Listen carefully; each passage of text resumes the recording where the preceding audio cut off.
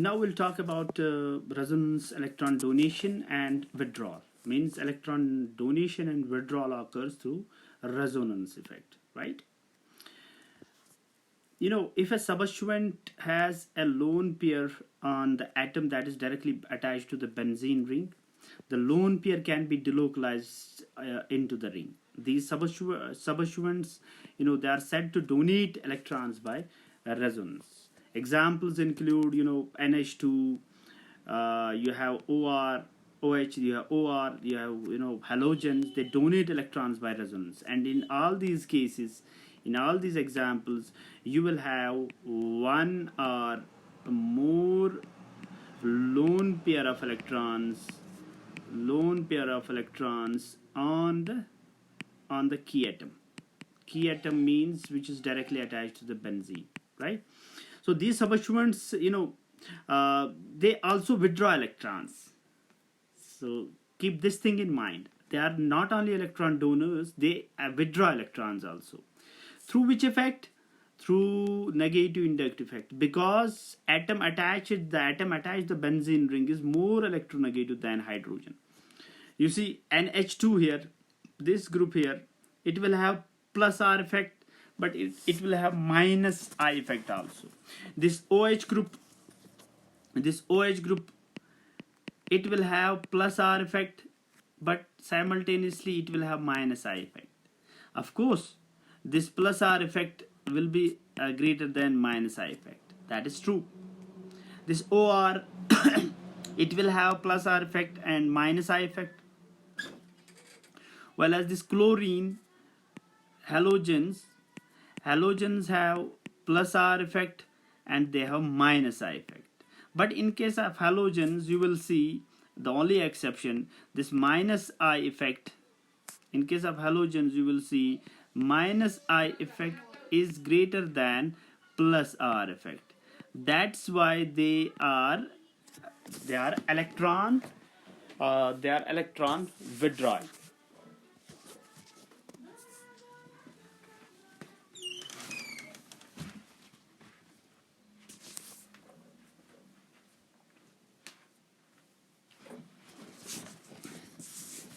First, we will take the example of this anisole molecule, right?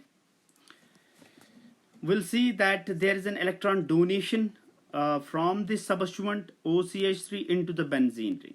You will see how this electron donation occurs. This lone pair goes here. You will have a double bond here, right? So this lone pair goes here. This double bond here, it goes here as a negative charge. So you have a negative charge here, you have a positive charge here. This is one resonance structure, this is another resonance structure, this is another resonance structure, right? And this is the final molecule. So you see there is on the benzene ring, you will see generation of negative charge. There is negative charge which is generated, which is created on the benzene ring, right? So this fact can be checked from electrostatic potential map. This is the electrostatic potential map of anisole molecule, and this in this electrostatic potential map, you will see that this red color indicates electron density. More the red color, more will be the electron density. And you will see this, you have a red color here on OMe, but this red color is it's spread also over the ring. You will see this is the red color which is spread over the ring. So this red color means electron density which increases in the ring. It comes from this OMe group, right? So if a substituent is attached to the benzene ring by an atom that is doubly or triply bonded, we are talking about this is electron withdrawal. This is electron withdrawal. So far we have talked about electron donation.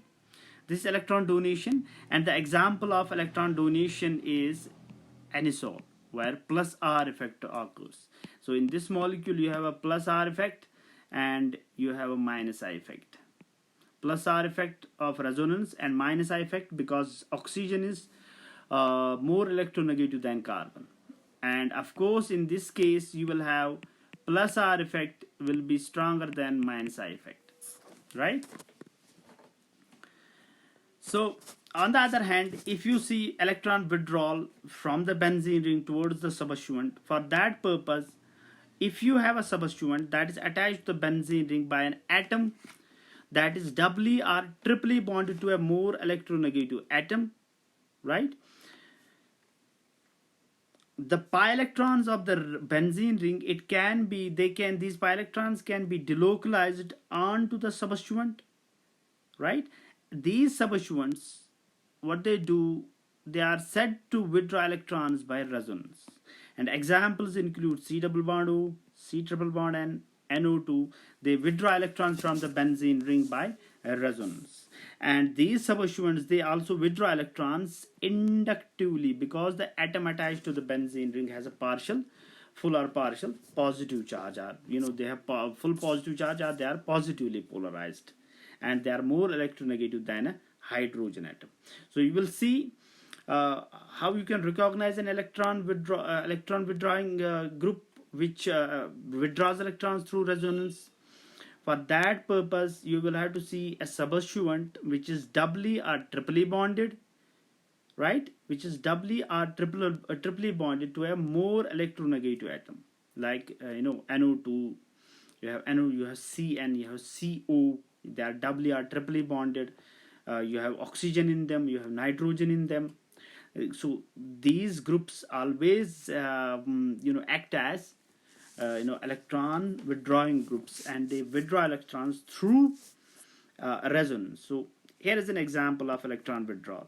You have NO2 group, right? This this double bond here, it goes here. Here you have a double bond here. You have a double bond here. You have a positive charge here, right? So this double bond will go here. The positive charge will be created here. So this double bond will go here. You will have a positive charge here. Overall, what this NO2 group does, it creates positive charges on benzene ring, right? You have a positive charge here, you have a positive charge here, and you have a positive charge here. So what happens on benzene ring? There is creation of positive charge. Creation of positive charge means electron density is withdrawn from the benzene ring. So you see this is nitrobenzene. This is electrostatic potential map of nitrobenzene, and you will see this is less red as compared to anisole. Anisole is more red than nitrobenzene. Less red means electron density decreases within the ring. It means electron density is decreased within the ring. And this electron density, you can see, this is, this NO2 group, there is more red color here. Red color means electron density is more on the NO2 group. So it withdraws electrons from the benzene. So there is less electron density within the ring and more electron density on the, on the NO2 group. This is an exercise for you people. You can you can try it yourself. I have written in each group what kind of effects occur and which group will be where will be plus R effect more effective as compared to minus I effect. So I have given everything. You can try it by yourself. So taking this concept further, we'll see the relative reactivity of substituted benzenes, and here we will we will classify substituents further. So far we have classified them into two groups, that is deactivating and activating, but we will further classify them in detail, and these groups can be they can be weakly activating, like activating groups. They can be further classified into weakly activating, moderately activating, or strongly activating, right? So we can further classify them, these groups, like activating groups.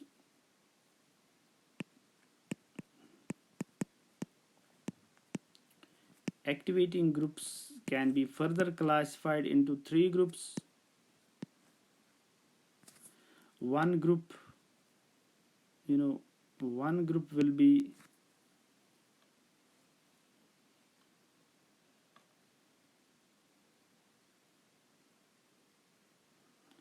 it can be strongly activating,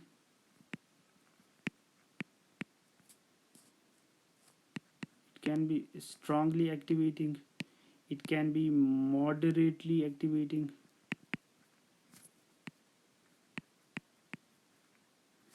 and it can be weakly activating.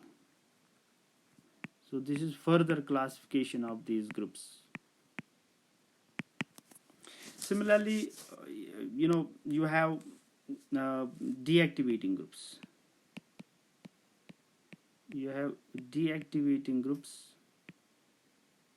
And they can also be classified into strongly activating SA. This is A category. B category will be moderately activating MA, and C category will be weakly activating, that is WA. So we'll deal with these different kinds of activating and deactivating substituents.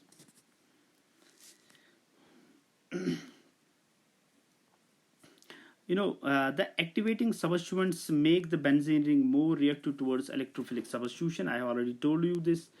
The activating substituents, the deactivating substituents, they make the benzene ring less reactive towards electrophilic substitutions, right? And you have to remember that activating substituents donate electrons into the ring, and deactivating substituents, they withdraw electrons from the ring. But all the strongly activating substituents donate electrons into the ring by resonance and withdraw electrons from the ring inductively. First we'll see what are strongly activating substituents, right? So strongly activating substituents, what they do, they donate electrons into the ring by resonance and withdraw electrons from the ring by inductive withdrawal, right? And the fact that they have been found to be experimentally strong activators indicate that the electron donation into the ring by resonance is more significant than inductive withdrawal from the ring. So in strongly activating substituents, you have NH2 group, you have OH group, and you have OR group. All these three groups, they are strongly activating groups, and in these cases plus R effect is much stronger than a negative inductive effect, right? Why negative inductive effect? Because all these cases you will see you have a nitrogen here, you have an oxygen here, and you have an oxygen here. The electronegativity of all these atoms is more than that of carbon, of this carbon of benzene. So they will withdraw electrons inductively. But you have to see the overall effect. They have been found to be strong activators experimentally. So it means that plus R effect must have been stronger than negative I effect. You have another category of activating groups, that is moderately activating substituents. They also donate electrons into the ring by resonance and withdraw electrons from the ring inductively. They do the same thing. But they are moderately activating, and I will tell you the reason for that. Because they are moderately activating, and we know they donate electrons into the ring by resonance less effectively than do the strongly activating substituents. In this category, moderately activating groups, you have this group and you have this group. So we'll classify them as, if this is a strongly activating substituent, this will be moderately activating substituents.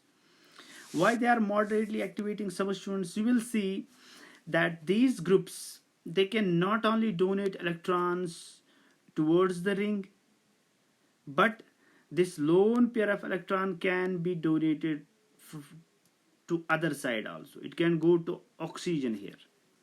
So there is a choice of electron, electron movement. There are two electron movements are possible. One will be towards the ring and another will be away from the ring. Similarly, this lone pair of electron can go here, or this lone pair of electron can go here. So this lone pair on this nitrogen and this oxygen, there are two ways for this. There are two pathways for this. It can go towards the ring and it can go towards away from the ring, right? So these substituents are less effective at donating electrons into the ring by resonance, right? Because unlike the strongly activating substituents that donate electrons by resonance only into the ring, you have only one movement of electrons is possible here, that is towards the ring in these cases, in these three cases. But here what you have, the moderately activating substituents, they can donate electrons by resonance in two competing directions. There are two directions possible, right?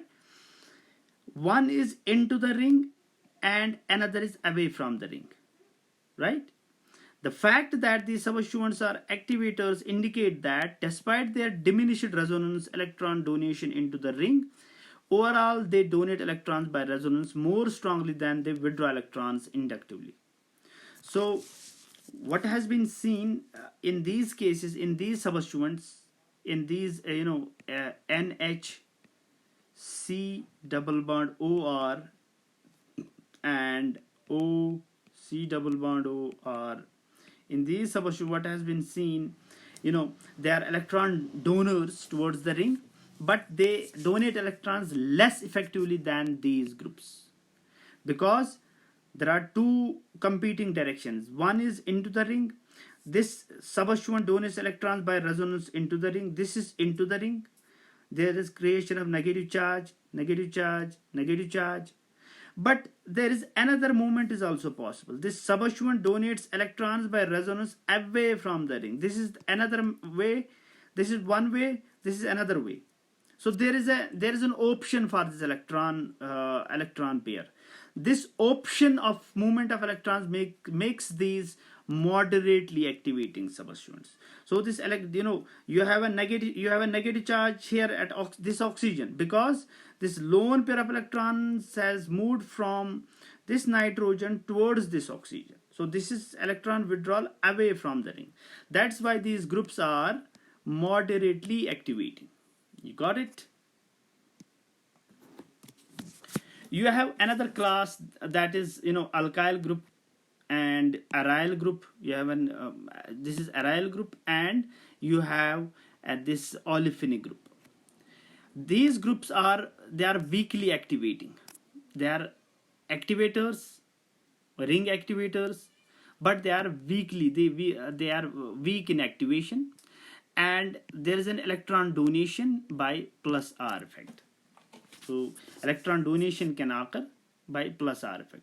But in this case, if you have an alkyl group, this alkyl group can donate electrons towards this ring by hyperconjugation and by plus R effect, right? Sorry, plus I effect. And this olefin and this benzene rings, aryl groups, they can donate electrons towards this ring and this ring by resonance, plus R effect.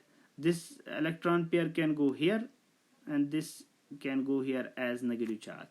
Similarly, this electron pair can go here, this can go here as negative charge. So they are electron donors, but they are weakly electron donors, right?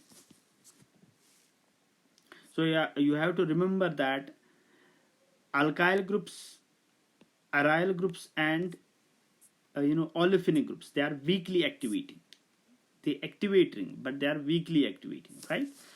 So the rate of reaction will be higher than that in benzene. You have a strange class. That class is known as halogens. Halogens are very strange. Strange in the sense, in case of halogens, they are ortho-para-directing. But so far you have seen all ortho-para-directing groups, they are also activating groups, right? You have so far seen it. But these halogens, they are ortho-para-directing, but they are deactivating.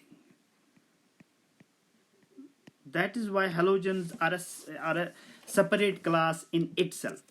So halogens are weakly activating substituents. They donate electrons into the ring by resonance. They donate electrons into the ring by resonance and withdraw electrons from the ring inductively. So what they do, what these halogens do, they show plus R effect, means they donate electrons into the ring by a resonance, but simultaneously what they do, they withdraw electrons. They show negative I effect, means they withdraw electrons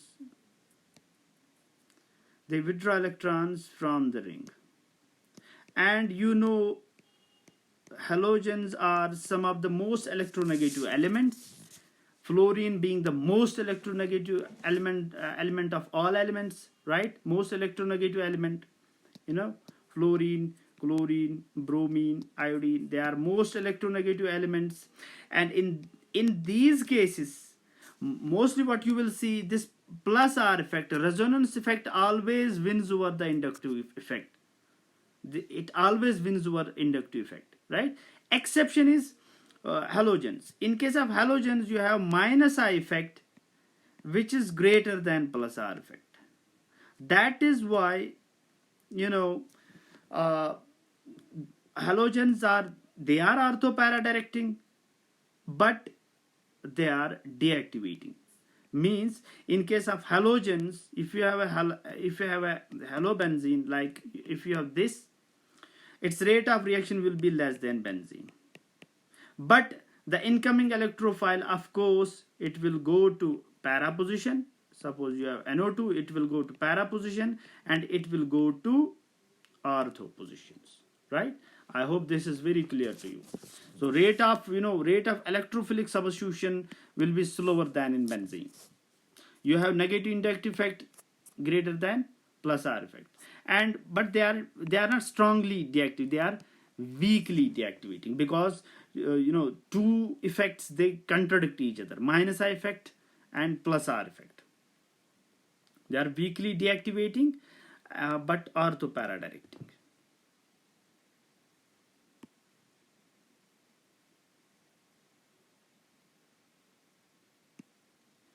You have another class that is moderately deactivating substituents. All these groups, this one, and this one, they are classified as moderately deactivating substituents. And in all these substituents, you have a carbonyl group which is directly attached to the benzene ring. And you know, carbonyl groups, they withdraw electrons both by inductive effect and through resonance. So in these groups, you will have a minus R effect, right? And you will have a minus I effect. So both these effects make them, moderately, it makes them moderately deactivating. Now you have last category, that is the strongly deactivating substituents. Strongly deactivating substituents, they are powerful electron withdrawers. They withdraw electrons very powerfully. Except ammonium ion, these substituents, what they do, they withdraw electrons both by inductive effect and by resonance effect, right? The ammonium ions have no resonance effect, but the positive charge of nitrogen makes them withdraw electrons strongly by inductive effect. So all these substituents, that is SO3H, this is SO3H, this is NO2 group, this is CN group, and this is NR3 groups. They have very strong minus I effect and minus R effect, right? It means these groups also have minus R effect and minus I effect, but the minus I and minus R effect of these groups, of these strongly activating groups, will be higher than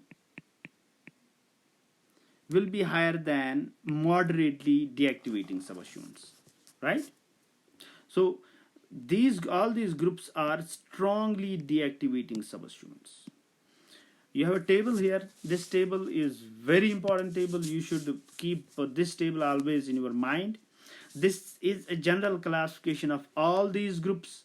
This table has to be in your mind all the time whenever you study electrophilic substitution reactions, right? So this is a different the classification of different groups. You have these groups, they are activating groups, all these groups. But in activating groups you have strongly activating. These groups are strongly activating. These groups are moderately activating, and these groups are weakly activating. And I have already I have given this plus R effect and minus I effect. Plus R effect is greater than minus I effect. You have moderately activating, you have weakly activating groups, and they are orthoparadirecting, right? Comparison, hydrogen has been used as a standard.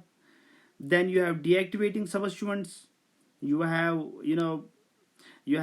halogens here. They are weakly deactivating, but you will see they are weakly deactivating, yet they are orthoparadirecting.